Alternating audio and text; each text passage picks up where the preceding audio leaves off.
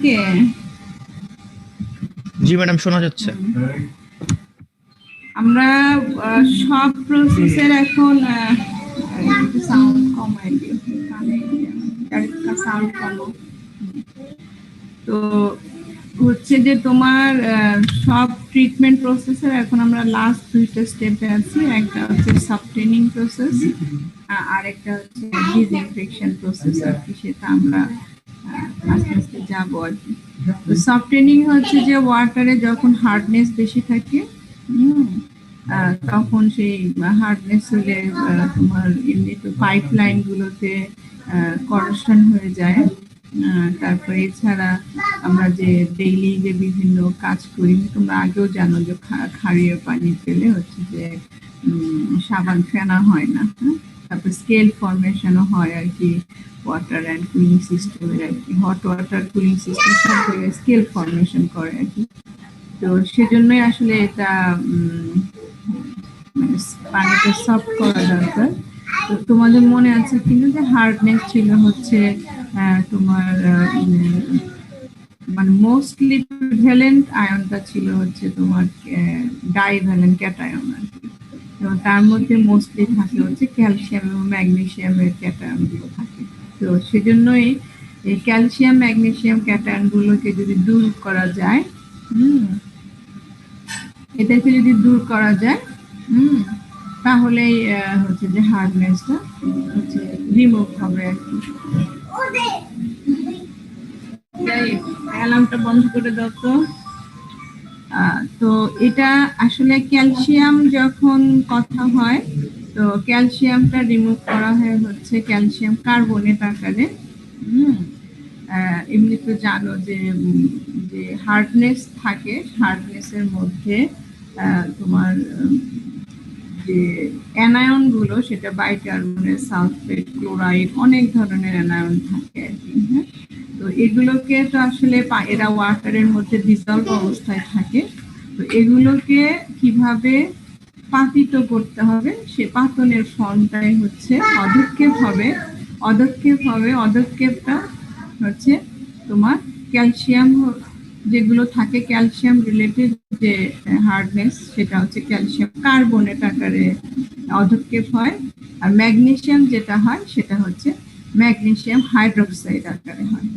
ঠিক আছে, এটাই হচ্ছে বেসিক প্রসেস, যে আমি কিভাবে এখন আমাকে দেখতে হবে যে সকল হার্ডনেসকে, ক্যালসিয়াম হার্ডনেসকে আমি কিভাবে ক্যালসিয়াম কার্বনেটে পরিণত করব। ম্যাডাম একটু রেকর্ডিংটা একটু অন করে দেন। সরি, হ্যাঁ,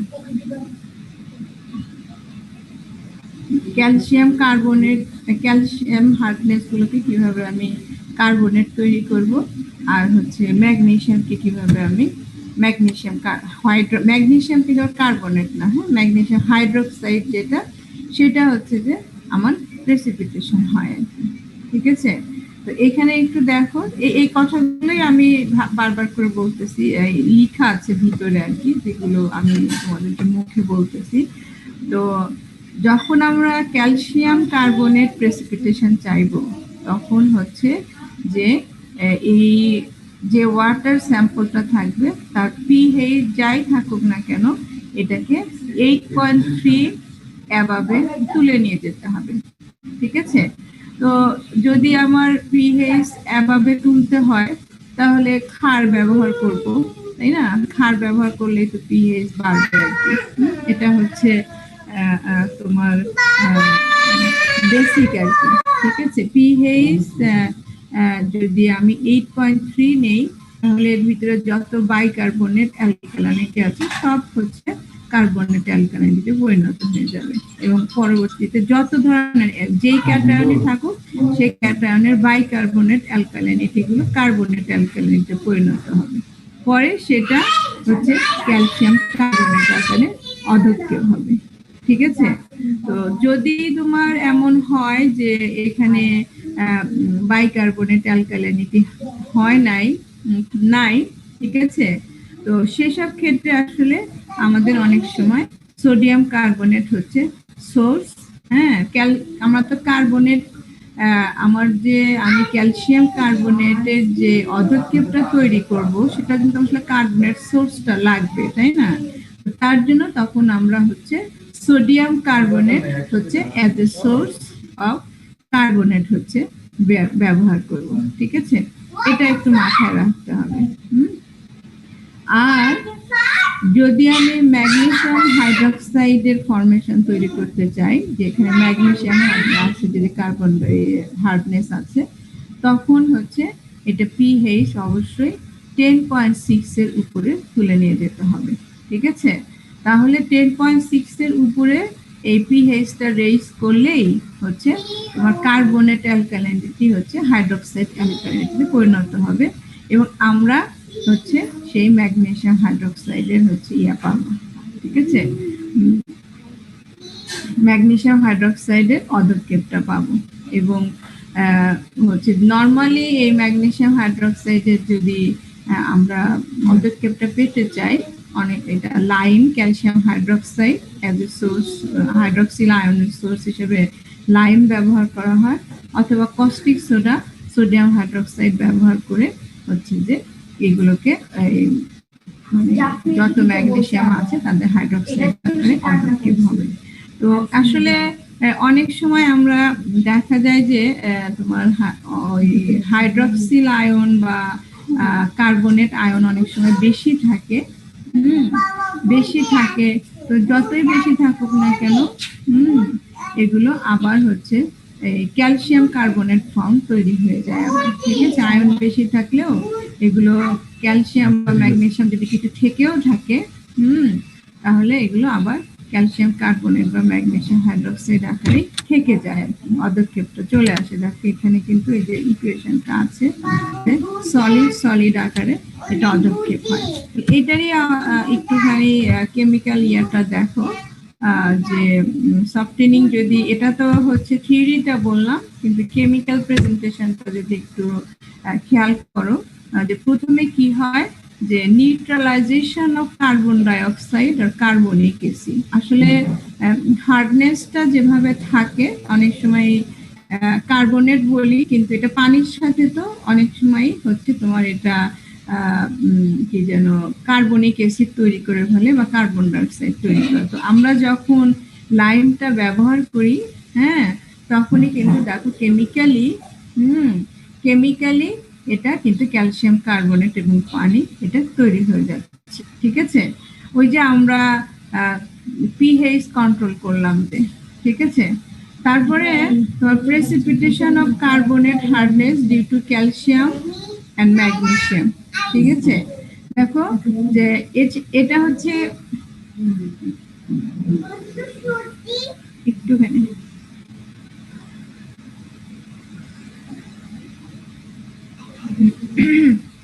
দেখো ক্যালসিয়াম হ্যাঁ কার্বনিক অ্যাসিড ছিল, এবং ক্যালসিয়াম হাইড্রোক্সাইড যখনই পাচ্ছে তখন কিন্তু ক্যালসিয়াম কার্বনেটের একটা হচ্ছে তোমার অদক্ষেপ তৈরি হয়ে যাচ্ছে। একই সাথে যদি ম্যাগনেসিয়াম থাকে, ম্যাগনেসিয়ামও কিন্তু ক্যালসিয়াম হাইড্রোক্সাইডের মধ্যে হচ্ছে রিয়াকশন হয়ে ম্যাগনেসিয়াম কার্বনেট তৈরি হচ্ছে অ্যাজ ওয়েল, ঠিক আছে? কিন্তু ম্যাগনেসিয়াম কার্বনেট তো আর হচ্ছে যে তোমার অদক্ষেপ তৈরি হয় না, দ্যাটস ওয়াই তখন আবার পিএইচটা বাড়িয়ে দিতে হয়, যে এটা আরো এক্সট্রা ক্যালসিয়াম হাইড্রোক্সাইড ইউজ করলে এটা ম্যাগনেসিয়াম হাইড্রোক্সাইডের সাথে হচ্ছে অদক্ষেপটা তৈরি হয় আর কি, ঠিক আছে? আর যদি নন কার্বনেট হার্ডনেস হয়, যেটা বলতেছিলাম যে যদি কার্বনেট সোর্স যদি ওয়াটারের মধ্যে না থাকে, তখন তো অবশ্যই তখন কি করতে হবে, সোডিয়াম কার্বনেটের একটা সোর্স দিতে হবে। এই যে দেখা যাচ্ছে যে ক্যালসিয়াম সোডিয়াম কার্বনেটের সাথে রিয়াকশন করে ক্যালসিয়াম কার্বনেটের একটা অদক্ষেপ তৈরি করতেছে। আর যদি ম্যাগনেসিয়াম হার্ডনেস নন কার্বনেট হয়, এটা তো ব্যাপার না, কারণ আমার তো ম্যাগনেসিয়াম কার্বনেট আকারে তো আর এটা প্রেসিপিটেশন হয় না। হ্যাঁ, যখনই হাইড্রোক্সাইডের সোর্স পাচ্ছে তখনই কিন্তু ম্যাগনেসিয়াম হাইড্রোক্সাইড আকারে কিন্তু সেই অদক্ষেপটা হয়ে যাচ্ছে। এবং যদি কিছু ক্যালসিয়াম থেকেও যায়, ক্যালসিয়াম যদি কিছু থেকেও যায়, আমরা যে পরিমাণ ক্যালসিয়াম হাইড্রোক্সাইড দিচ্ছি ঠিক সমপরিমাণ ম্যাগনেসিয়াম যদি না থাকে, তার থেকে কম থাকে, তার মানে কিছু ক্যালসিয়াম থেকে গেল, অথবা কিছু ক্যালসিয়াম হয়তো রিয়াকশন করে নাই, সেই ক্যালসিয়ামটা কিন্তু আমরা যে আগের স্টেপে যে সোডিয়াম কার্বনেট ব্যবহার করলাম, সেই সোডিয়াম কার্বনেটের সাথে কিন্তু রিয়াকশন করে ফাইনালি কিন্তু আমরা ক্যালসিয়াম কার্বনেট আকারেই হচ্ছে পদক্ষেপটা পেলাম।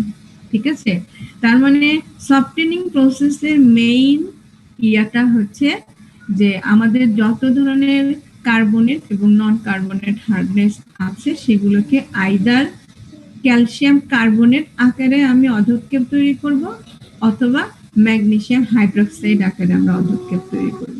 ঠিক আছে, এবং ক্যালসিয়াম কার্বনেট হচ্ছে যদি আমরা 8.3 উপরে আমরা যদি পিএইচটা রেজ করি তাহলে দেখা যাচ্ছে যে ক্যালসিয়াম কার্বনেটটা অধক্ষেপ হবে, কিন্তু যদি ম্যাগনেসিয়াম হাইড্রোক্সাইড ম্যাগনেসিয়াম হার্ডনেস থাকে তাহলে অবভিয়াসলি এটাকে আমাদেরকে কত বেশি করতে হবে, 10.6 এর উপরে এই হচ্ছে পিএইচটা বাড়িয়ে তারপরে বোঝা যাবে যে তাহলেই আমি যদি পিএইচ কন্ট্রোল করি তাহলে আমি বুঝবো যে এখানে কেমিক্যাল রিঅ্যাকশনটা হবে। কারণ কি, এই যে এখানেই কিন্তু দেখা যাচ্ছে যে ম্যাগনেসিয়াম প্রথমে ম্যাগনেসিয়াম কার্বনেট তৈরি করবে, তারপরে আরো অ্যাডিশনাল ক্যালসিয়াম হাইড্রোক্সাইড যখন পাবে তখনই কিন্তু সে ক্যালসিয়াম ম্যাগনেসিয়াম হাইড্রোক্সাইড পাবে। দ্যাটস ওয়াই পিএইচ বাড়ানো মানে যে মোর ক্যালসিয়াম হাইড্রোক্সাইড অ্যাড করা আর কি, তাহলে তো পিএইচ বাড়বে না আর কি। ঠিক আছে, আর যদি নন কার্বনেট হার্ডনেস থাকে in that case as a source of কি করতে হবে, ক্যালসিয়াম হাইড্রোক্সাইডের সাথে সাথে আমাকে সোডিয়াম কার্বনেট দিয়ে আমাকে ক্যালসিয়াম কার্বনেটের অধক্ষেপ তৈরি করার ব্যবস্থাটা করতে হবে আর কি। ঠিক আছে, এই হচ্ছে তোমার কি যেন সফটেনিং এর প্রসেস। তো অনেক সময় যে ক্যালসিয়াম হাইড্রোক্সাইড যেটা অ্যাড করলাম, যেটা রিকার্বোরেশন, হ্যাঁ, যে removal of excess lime and pH control. ঠিক আছে, তো এটাও যে আমরা তো পিএইচ অনেক বাড়াইলাম তাহলে এটা কমবে কি হবে, তো এর মধ্যে কার্বন ডাইঅক্সাইড তো তৈরি হয়ে থাকে ওয়াটারের মধ্যে হয়ে যাচ্ছে, কারণ ওই যে আগে যেটা বলতেছিলাম যে কার্বনিক অ্যাসিড গুলো ভেঙে কার্বন ডাইঅক্সাইড তৈরি হয়। ঠিক আছে, তো এই কার্বন ডাইঅক্সাইডের সাথে কিন্তু আবার ঠিকই এটা ক্যালসিয়াম কার্বনেট আকারে অধক্ষেপ হয়ে যাচ্ছে আর কি। ঠিক আছে, কিন্তু ম্যাগনেসিয়াম হাইড্রোক্সাইড আবার কার্বন ডাইঅক্সাইডের সাথে কিছু করে ম্যাগনেসিয়াম কার্বনেট কিন্তু কিছু থেকে যাচ্ছে আর কি। ঠিক আছে, তারপরে জি জি বল, জি বল। এবং কার্বনেট যে কিছু থেকে যাচ্ছে এখানে, এই কার্বনেট কিন্তু আবার কার্বন ডাইঅক্সাইড পানির সাথে কিছু বাইকার্বনেট তৈরি হয়ে যাচ্ছে। তো কিন্তু সে কিছু সফটওয়্যার, এই জন্য হার্ডনেস তো আমাদের একটা রেঞ্জ আছে, তার মধ্যে থাকলে তার আমাদের কোনো অসুবিধা নেই, আমাদের 100% রিমুভাল আমাদের দরকার নেই। হ্যাঁ, কিছু হার্ডনেস থেকেই যাচ্ছে আর কি। ঠিক আছে, সম্ভবত হার্ডনেসের ইয়েটা আমি ভুলে গেলাম, হার্ডনেস কি অ্যালকালাইনিটি স্ট্যান্ডার্ড আছে 1000, সম্ভবত 1000 বা 500 এরকম আর কি। আমরা একটু চেক করে নিই, দেখি এখনই দেখি তাহলে মনে থাকবে। এখানে ছিল না, আমাদের সামনে কি আছে? তোমরা কি ওপেন করে আসো? হার্ডনেস দেখা যাচ্ছে না। 500, হ্যাঁ 200 থেকে 500 আর কি। ঠিক আছে, তো সেই জন্য যে আমার 100% রিমুভাল হইলো, হ্যাঁ, নট ম্যান্ডেটরি, কিছু থাকবেই প্রসেসে বাই ডিফল্ট থাকবে, তবে এটা আমাদের রেঞ্জের মধ্যে আছে কিনা সেটাই হচ্ছে আমাদের মেইন হচ্ছে টার্গেট আর কি। ঠিক আছে, বোঝা গেছে কিনা বলো, কারো কোনো প্রশ্ন আছে কিনা বলো।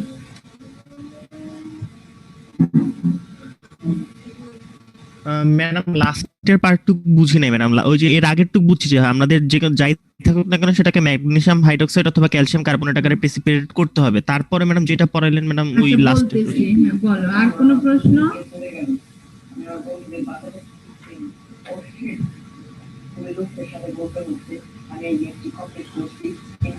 আর কোনো প্রশ্ন আছে আর কারো?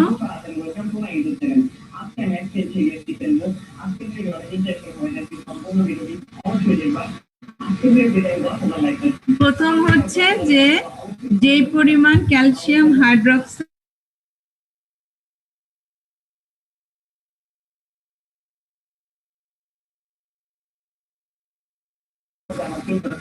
সেগুলোর কাজ ছিল যে ক্যালসিয়াম হার্ডনেস অথবা ম্যাগনেসিয়াম হার্ডনেসকে ক্যালসিয়াম কার্বনেট অথবা ম্যাগনেসিয়াম হাইড্রক্সাইড আকারে প্রেসিপিটেট করা।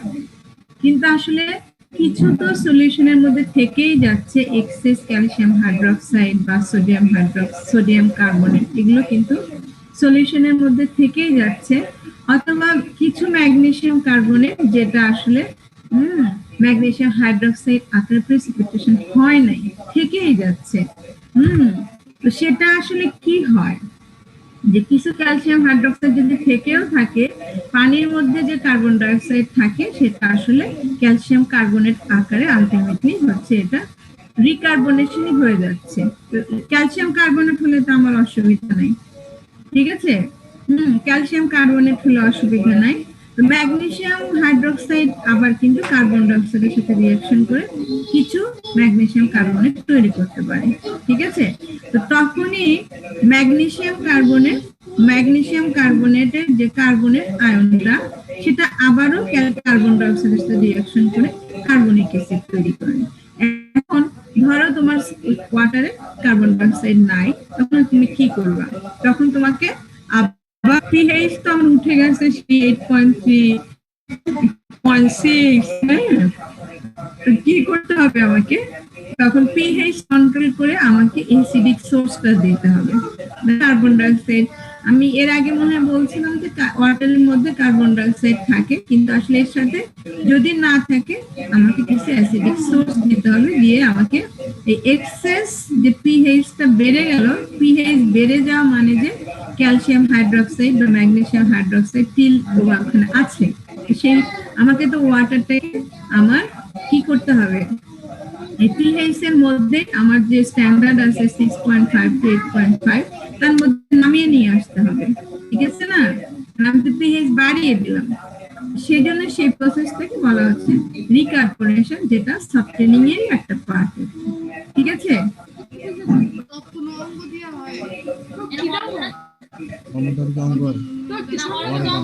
অঙ্গ মানে হচ্ছে অর্গান।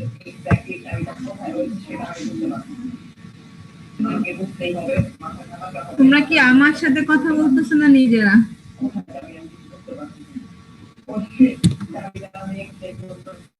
নিজেরা কথা বলছো নাকি আমার সাথে?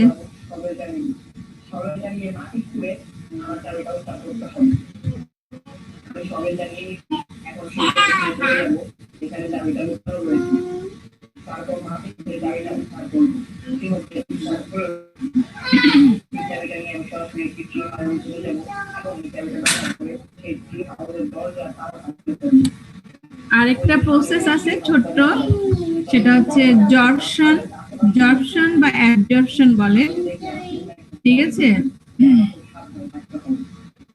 সেটা হচ্ছে যে অ্যাবজর্বেন্ট আছে যে অ্যাক্টিভেটেড কার্বন বা গ্র্যানুলার অ্যাক্টিভেটেড কার্বন বা অ্যাক্টিভেটেড কোক, যদি তোমার অর্গানিক সাউন্ডটা কমাও, অর্গানিক সাবস্টেন্স বা হেভি মেটাল যদি থাকে সেগুলোকে এ ধরনের অ্যাবজর্বেন্ট দেওয়া হয়, তাদের ভিতর দিয়ে পাস করতে গেলে হচ্ছে তখন দেখো এই যে এটা যদি সেই হেভি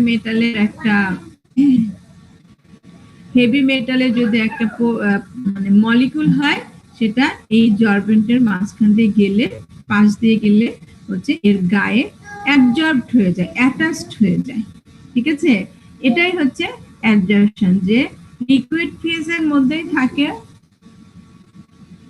কিন্তু সেটা একটা সলিড সারফেসের গায়ে গিয়ে অ্যাবজর্বড হয়ে যায়। তারপরে ওই যে ঠিক আমরা যেরকম ফিল্ট্রেশন করতেছিলাম, যে গায়ে আসলে গিয়ে একটা তোমার যদি গ্রাভেল প্যাক বা স্যান্ড হয় তাদের গায়ে এগুলো অ্যাবজর্বড হয়ে যায়। তারপরে যখন আবার এগুলোকে রিমুভ করার প্রয়োজন পড়ে, কারণ এই অ্যাক্টিভেটেড কার্বনের তো একটা লাইফ স্প্যান আছে, লাইফ এক্সপেক্টেন্সি আছে, তো এদেরকে তখন আবার পরিষ্কার ব্যাক ওয়াশ করলে কিন্তু আবার এর গা থেকে হচ্ছে ডিজলভ হয়ে যায়, ঠিক আছে। মানে রিমুভাল প্রসেসটা একদিকে জর্পশন প্রসেস, একসাথে গায়ে লেগে গেল, আর একটা হচ্ছে যে এখান থেকে সরায় ফেললাম আর কি, হ্যাঁ, সেটা হচ্ছে ডিজলভশন প্রসেস, ঠিক আছে। এটা নরমালি হেভি মেটাল যদি থাকে, হ্যাঁ, এবং হাইলি অর্গানিক সাবস্টেন্সের যদি থাকে, যদি কোনো একটা ওয়াটারের মধ্যে অর্গানিক সাবস্টেন্সের আমরা ইন্ডিকেশন বলি BOD5 অথবা COD বা TOC, এগুলো যদি বেশি থাকে তখন ওরাও এই ফিল্টার মিডিয়ার সাথে গেলে ওরা ওদের গায়ে অ্যাটাচড হয়ে যায়। ঠিক আছে, এই প্রসেসটাকে বলা হয় অ্যাডজর্পশন।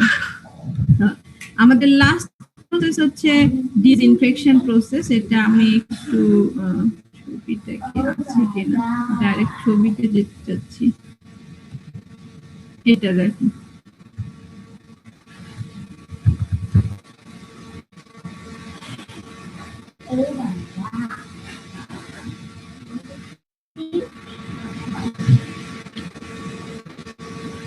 দেখা যাচ্ছে? নিজেই মনে দেখতে পাচ্ছি না।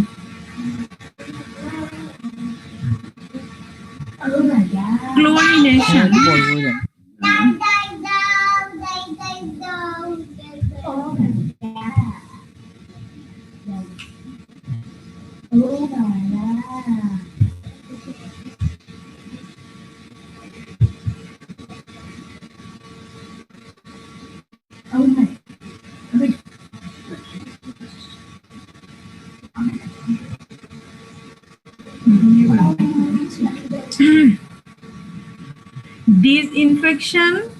ডিসইনফেকশন হচ্ছে যে তোমরা অলরেডি এই প্যান্ডেমিকে যারা ডিসইনফেক্টেন্ট সম্বন্ধে জানতা না তারা কিন্তু প্রচুর জেনে গেছো না, যে আমরা এখন ডেইলি প্রচুর ডিসইনফেক্টেন্ট হচ্ছে হাত ধোয়ার জন্য, হ্যাঁ, বা অন্য যে কোনো ইউটেন্সিল গুলো ক্লিন করার জন্য আমরা ডিসইনফেকশন করতেছি। তো এখান থেকে তো আমরা বুঝতেছি যে ডিসইনফেকশন কি জিনিস, যে অ্যাডিশন অফ কেমিক্যাল। ঠিক আছে, কেমিক্যাল, অ্যাডিশন অফ কেমিক্যাল হচ্ছে যে to kill the disease producing micro organism. আমরা এখন করোনা একটা মাইক্রো অর্গানিজম, করোনা ভাইরাস একটা মাইক্রো অর্গানিজম, তাকে কিন্তু কিল করার জন্য আমরা হচ্ছে সাবান ব্যবহার করতেছি। সেই সাবানটা হচ্ছে একটা ডিসইনফেকশন, বা সাবান জাতীয় ইথাইল অ্যালকোহল যুক্ত যে ধরনের কেমিক্যাল গুলো আমরা ব্যবহার করতেছি সবই এটা হচ্ছে ডিসইনফেক্টেন্ট। তো একইভাবে ওয়াটারের মধ্যে যে ডিজিজ প্রডিউসিং যে মাইক্রো অর্গানিজম গুলো থাকে বা প্যাথোজেনিক মাইক্রো অর্গানিজম গুলো থাকে, তাদেরকে কিল করার জন্য হচ্ছে ডিসইনফেকশন প্রসেসটা করা হয়। তো তোমাদের এই ডিসইনফেকশনটা যে আমরা তোমাদেরকে যে water flow diagram, water treatment flow diagram দেখাইছিলাম, সেটা যদি একটু পিছনে যাই, যে এটা কিন্তু আমি একটা ডায়াগ্রামে বারবার যাচ্ছি কারণ নতুন নতুন না দেখায়। দেখো এখানে কিন্তু এই যে ক্লোরিন এখানেও অ্যাড করা হয়েছে, আবার এখানেও অ্যাড করা হয়েছে। ঠিক আছে, তো ক্লোরিন এই ডিসইনফেকশন নরমালি বিভিন্ন প্রসেসে করা হয়। ক্লোরিন অ্যাড করে দেওয়া হয়, যেটাকে ক্লোরিনেশন বলা হয়।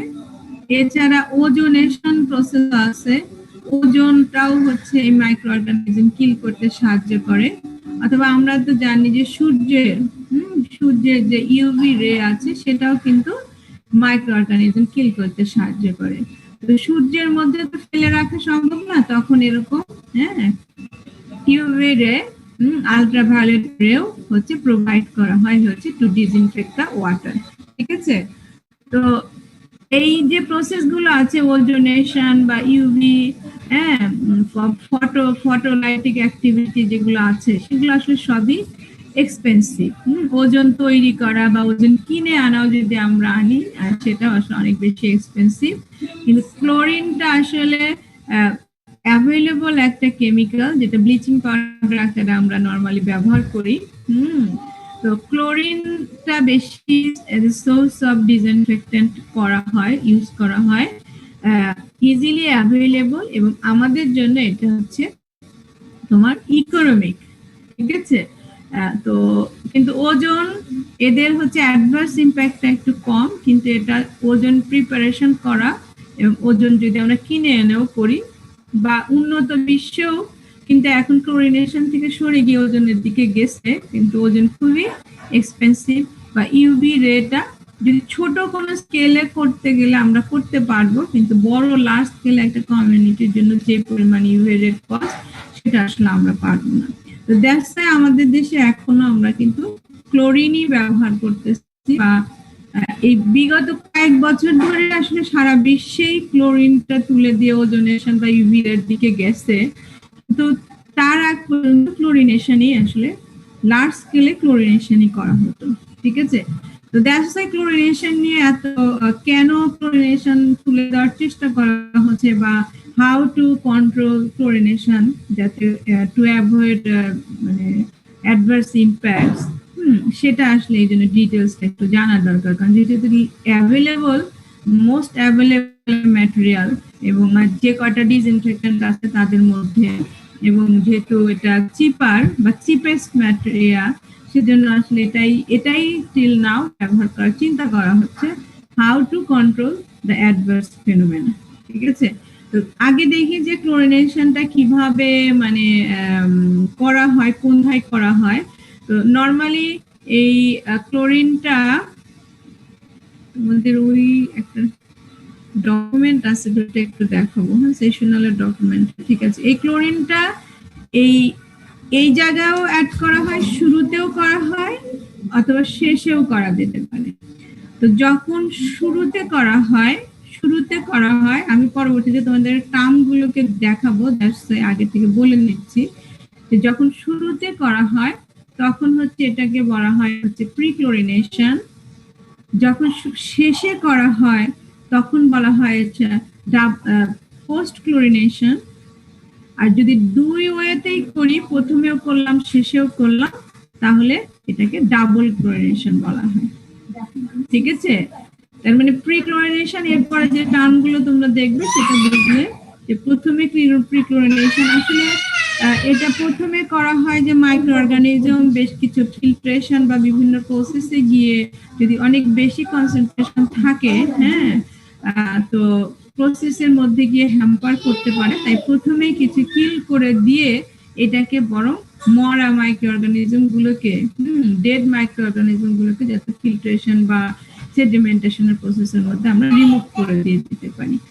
তারপরেও যদি কিছু থেকে থাকে যাতে সেটা পোস্ট ক্লোরিনেশন দিয়ে এটা মারা যায়, সেটা আর কোনো রাস্তার মধ্যে যদি অনেক বেশি থাকে তখন হচ্ছে আমার প্রিক্লোরিনেশনের প্রয়োজন আছে, ঠিক আছে। আর যদি আরেকটা টার্ম আছে সুপার ক্লোরিনেশন, সেটা যে নরমালি যে ডোজটা ব্যবহার করা হয় তার চাইতে যদি কনসেন্ট্রেশন হঠাৎ করে একটা বেশি আসলো, তো একটা শর্ট ইন্টারভেলের জন্য, শর্ট টাইমের জন্য যদি নরমাল ইউজুয়াল ডিমান্ডের চাইতে হঠাৎ করে আমরা একটু বেশি দিয়ে রাখি, সেটাকে বলা হয় হচ্ছে, সেটা কিন্তু সেটা শর্ট পিরিয়ডের জন্য, ঠিক আছে, শর্ট পিরিয়ডের জন্য সেটাকে বলা হয় হচ্ছে সুপার ক্লোরিনেশন। আরেকটা টার্ম আছে হচ্ছে ক্লোরিন ডিমান্ড। ক্লোরিন ডিমান্ড হচ্ছে যে আসলে ধরো একটা ডোজ যদি আমরা চিন্তা করি, তোমরা একটা সেশনাল করো নাই, তো এটা সেশনালের সাথে প্যারালালি করা হয় যে কারণে অনেকেই বুঝতে পারে, মানে সবার জন্য ইজিয়ার হয়ে যায় যে তোমার ক্লোরিন ডোজ বা যে কোনো কিছু যে মানে পিএইচ বাড়াবো, যে ক্যালসিয়াম হাইড্রোক্সাইড কতটুকু দিব, ঠিক আছে। একই রকম এখানে মাইক্রো অর্গানিজম দিব, যে মাইক্রো অর্গানিজমকে কিল করার জন্য যে ক্লোরিনের সোর্সটা দিব, কতটুকু দিলে হচ্ছে এই কিলিং ফেনোমেনাটা মানে আমার এক্সপেক্টেড অনুযায়ী কন্ডাক্টেড হবে, ঠিক আছে। সেটাকে এই যে তাহলে যেইটুকু লাগবে ক্লোরিন সেইটুকুকে বলা হয় হচ্ছে ক্লোরিন ডিমান্ড আর কি। তাহলে এখন আমি সেই টার্মগুলোতে চলে যাই, যে এখানে কিন্তু সেই জিনিসগুলো এখন আস্তে আস্তে আসবে, হ্যাঁ। ক্লোরিন হচ্ছে, দেখো যে the amount of chlorine needed to do this, হ্যাঁ, সেটাকে বলা হয় হচ্ছে ক্লোরিন ডিমান্ড, হ্যাঁ, ঠিক আছে। তো এখন এইটার জন্য আমি একটু তোমাদের এই শীটটার জন্য এই শেয়ারটা স্টপ করি, হ্যাঁ, স্টপ শেয়ার করি।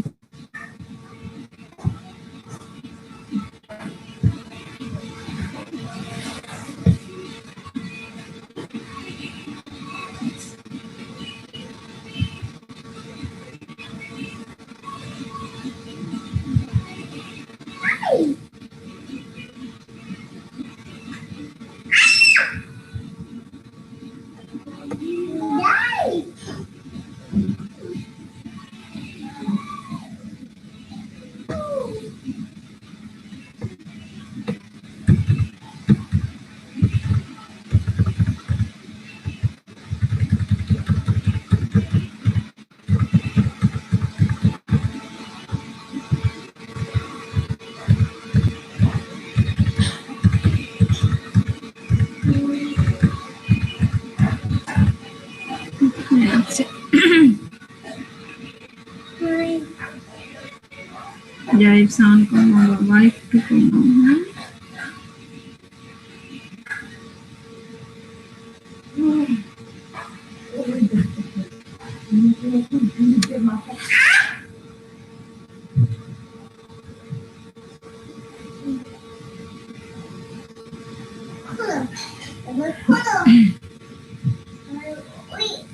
হ্যাঁ, এইটা দেখালাম, কোথা থেকে যাবো শেয়ার আবার।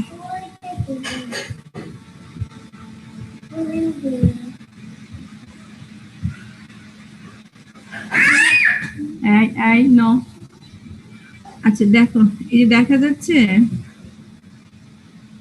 এটা তোমাদের যে সেশনাল যে শীটটা, সেটা থেকে এই জায়গাটা একটু ক্লিয়ার আছে। হ্যাঁ, যে এই যে দেখো এখানে একটা টার্ম আছে ফ্রি ক্লোরিন। ফ্রি ক্লোরিন, ঠিক আছে। এই ফ্রি ক্লোরিনটাই হচ্ছে আমার দরকার, হচ্ছে কি যেন ডিসইনফেকশন প্রসেসের জন্য, ঠিক আছে। একটা টার্ম, দুইটা টার্ম আছে, একটা হচ্ছে টোটাল ক্লোরিন আর একটা হচ্ছে ফ্রি ক্লোরিন। এই ফ্রি ক্লোরিনটা আমার দরকার হচ্ছে ডিসইনফেকশন প্রসেসের জন্য।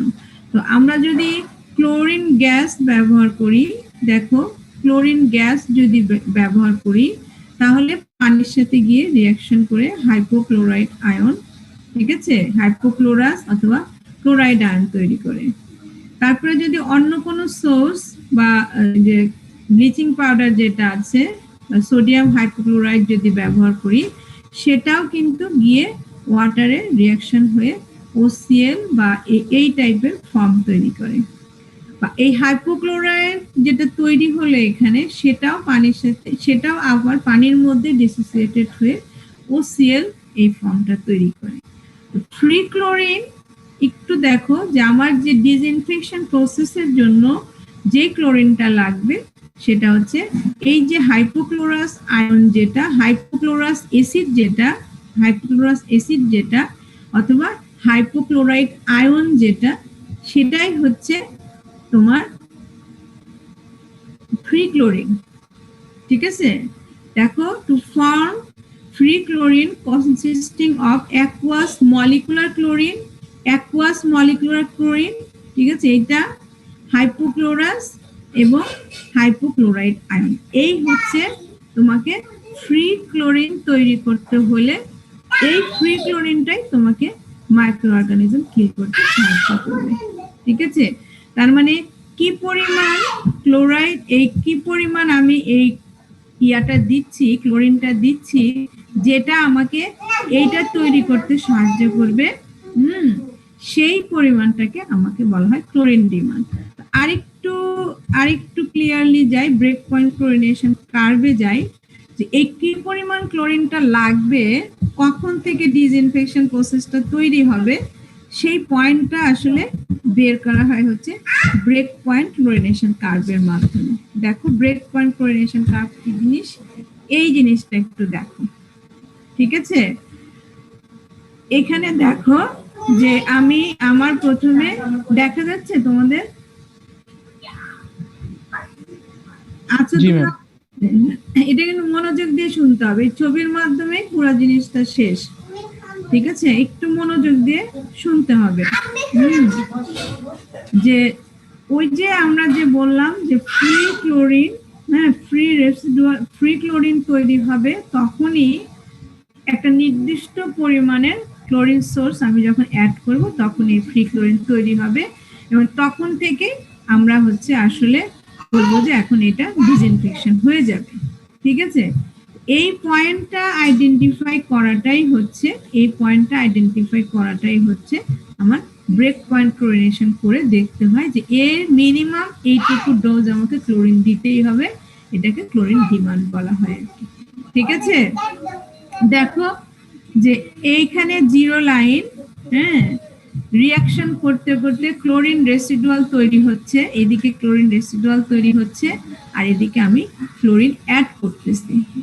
এখানে দুইটা কার্ভ আছে, এটা একটা দেখো স্ট্রেট লাইনের কার্ভ আর এখানে একটা হচ্ছে রেসিডুয়াল ক্লোরিনের কার্ভ আছে।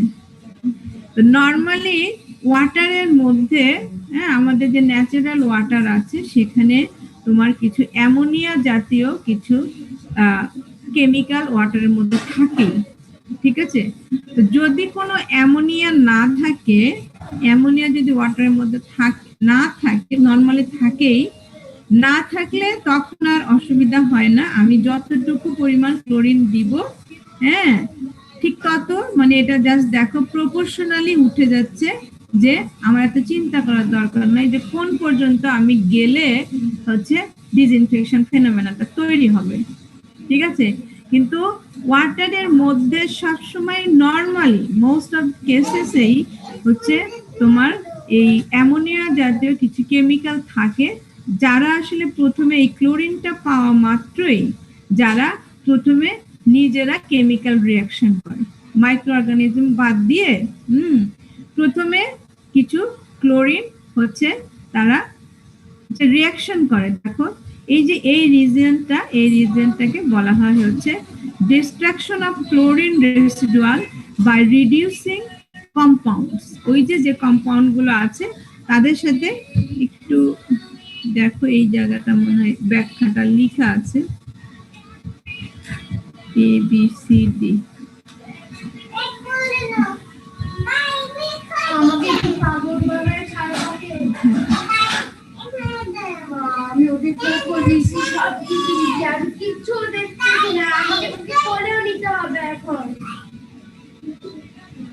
তো এখানে কিছু এই জায়গাটায় তোমার যখন রিঅ্যাকশন হয় তার মানে কম্পাউন্ডের কনসেন্ট্রেশন কমিয়ে দিচ্ছে, ঠিক আছে।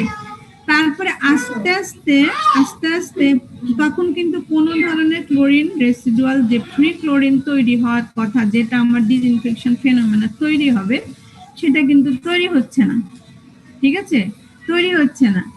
তারপরে এই পয়েন্টটা দেখো যে এই পয়েন্ট থেকে কম্বাইন্ড রেসিডুয়াল ক্লোরিন তৈরি হওয়া শুরু হচ্ছে, কিন্তু উই নিড হচ্ছে ফ্রি রেসিডুয়াল ক্লোরিন, এখন পর্যন্ত কিন্তু তৈরি হয় নাই, ঠিক আছে।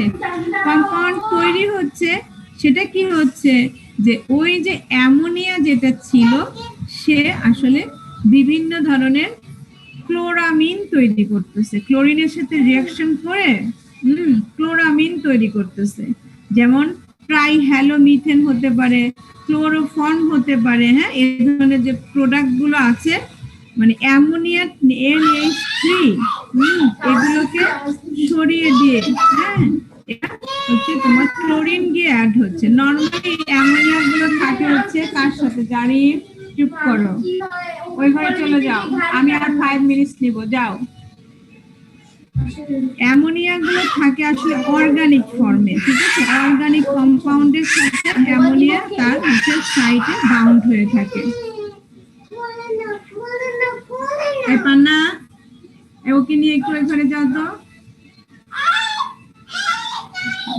দ্রুত নিয়ে যাও, দ্রুত।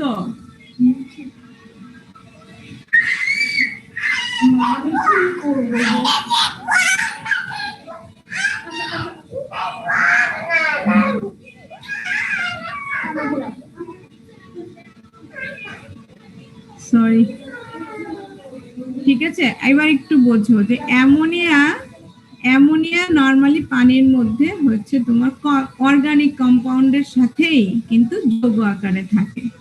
তো সেই অ্যামোনিয়া থেকে আস্তে আস্তে, হ্যাঁ, মোনোক্লোরামিন, ডাইক্লোরামিন বা ট্রাইক্লোরামিন, আস্তে আস্তে সে ক্লোরিন অ্যাড করে করে সে তৈরি হতে থাকে, ঠিক আছে।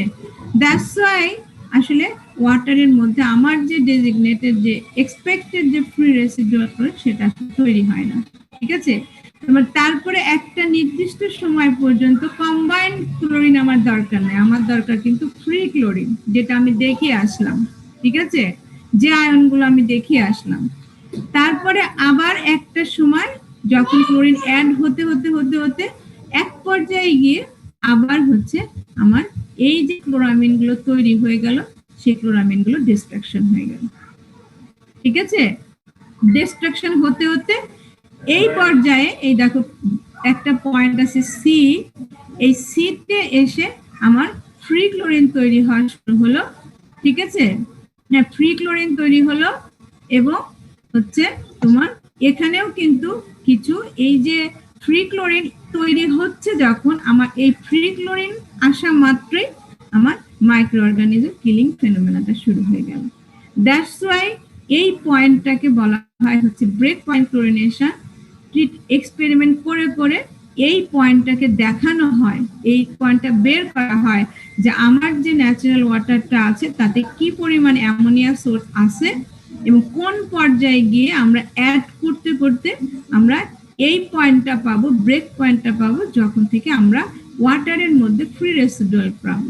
তাহলে আমরা ট্রিটমেন্ট প্রসিডিউরের মধ্যে মিনিমাম এই ডোজ থেকে আমরা ক্লোরিনেশন শুরু করবো আর কি। মিনিমাম এই ডোজটা আমাকে দিতেই হবে, আদারওয়াইজ আমি ফ্রি রেসিডুয়াল ক্লোরিন পাবো না। কিন্তু ওইটাই হচ্ছে প্রশ্ন যে এই জায়গায় ফ্রি রেসিডুয়াল ক্লোরিন তৈরি হয়, ঠিক আছে, কিন্তু তার সাথে সাথে এই যে ক্লোরামিন গুলো তৈরি হয়ে গেল, ডিস্ট্রাকশনের কথা বলতেছি, কিন্তু এগুলো কিন্তু টোটালি যায় না, কিছু কিছু পানির মধ্যে থেকেই যায়, যেটা আসলে হাইলি টক্সিক ম্যাটেরিয়াল। এবং এটার একটা স্ট্যান্ডার্ড গাইডলাইন আমাদের, এর মধ্যে অনেক ধরনের যৌগ আছে, তার মধ্যে ট্রাইহ্যালোমিথেনের কিছু স্ট্যান্ডার্ডটা আমাদের হচ্ছে বাংলাদেশ স্ট্যান্ডার্ড দেওয়া আছে, কিন্তু এটা আসলে কখনোই মেজার করা হয় না এখন পর্যন্ত, ঠিক আছে। তো এইটা এই জন্যই আসলে ক্লোরিনটা এখন অ্যাড করাটা, ক্লোরিনের মাধ্যমে ক্লোরিনেশন প্রসেসটা বা ডিসইনফেকশন প্রসেসটা অ্যাভয়েড করা হচ্ছে, যে এই যে সেকেন্ডারি কম্পাউন্ড যেগুলো এখানে প্রোডাক্ট হচ্ছে, বাই প্রোডাক্ট যেগুলো তৈরি হচ্ছে, সেগুলো আসলে হাইলি টক্সিক কেমিক্যাল যদি থেকে থাকে, এটা যদি পরিমাণটা অনেক বেশি থাকে। এটা যে প্রপার গাইডলাইনও এখনো তৈরি হয় নাই, স্ট্যান্ডার্ডও তৈরি হয় নাই, আমাদের দেশে হয় না, এখন হচ্ছে আর কি, শুরু হবে হয়তো, ঠিক আছে। দ্যাটস ওয়াই আমাদের এখানে ডিসইনফেকশন প্রসেসটা আসলে ক্লোরিনেশনের মাধ্যমে করা হচ্ছে, চিপার ম্যাটেরিয়াল, বাট এখন এটা কনসার্নিং হয়ে যাচ্ছে যে এই ট্রাইহ্যালোমিথেন গুলোকে আমরা কিভাবে রিমুভ করব। কিন্তু ওয়ার্ল্ডে এটাকে অলরেডি ক্লোরিনকে এখন আর অ্যাড করতে চাইতেইছে না, ঠিক আছে, এবং চাইতেছে না। যদি কোনো কোনো দেশে যদি ব্যবহার হয়েও থাকে, এই ডোজটা যাতে এনশিওর করতেছে যে আমাদের ডিসইনফেকশন বাই প্রোডাক্টটা আসলে ওয়াটারের মধ্যে যাতে মিনিমাম বা এক্সপেক্টেড লিমিট, থ্রেশহোল্ড লিমিটের মধ্যে থাকে আর কি, ঠিক আছে। কনফার্ম করেই আসলে ডিসইনফেকশন প্রসেসটা যাচ্ছে, ঠিক আছে। হ্যাঁ, তোমাদের তো মনে হয় ম্যাডামের ক্লাস শুরু হবে। হ্যাঁ, এখন আমাদের 2 মিনিট হাতে আসছে, একটু যদি বলতা যে কিছু এইটুকুর মধ্যে কিছু বলার আছে কিনা বা কোশ্চেন আছে কিনা। এই প্রসেসগুলো আমি একদম ব্যাখ্যা করে করে, যদি তোমাদের হাতে বই নাই, ঠিক আছে, ব্যাখ্যা করে করে আগেও আমি ছাত্রদের জন্য তুলে রাখছিলাম। তোমরা যে যে কথাগুলো বললাম, এই গ্রাফটা আরেকটু ডিটেইল করে এখানে দেওয়া আছে, আমি যে কথাগুলো বললাম সেগুলো এখানে বলা আছে, আরেকটু ডিটেইল করে বলা আছে, তোমরা আস্তে আস্তে পড়লে এটা পারবা। আগামী সপ্তাহে ইনশাল্লাহ আমরা হচ্ছে এই আগামী সপ্তাহে না, নেক্সট ক্লাসে আমরা এখন ওয়াটারের একটা ক্যারেক্টারিস্টিক্স নিয়ে কিভাবে একটা flow unit treatment flow diagram করতে হয় সেটা আর কি আমরা দেখবো, যেটা তোমাদের পরীক্ষায়ও নরমালি থাকে আর কি, ঠিক আছে। অনেক সময় আমরা কম্পালসারিও করে দিই আর কি। বলো যে আজকের যে লেসনটা তাদের মধ্যে কিছু মানে বলার কিছু আছে কিনা।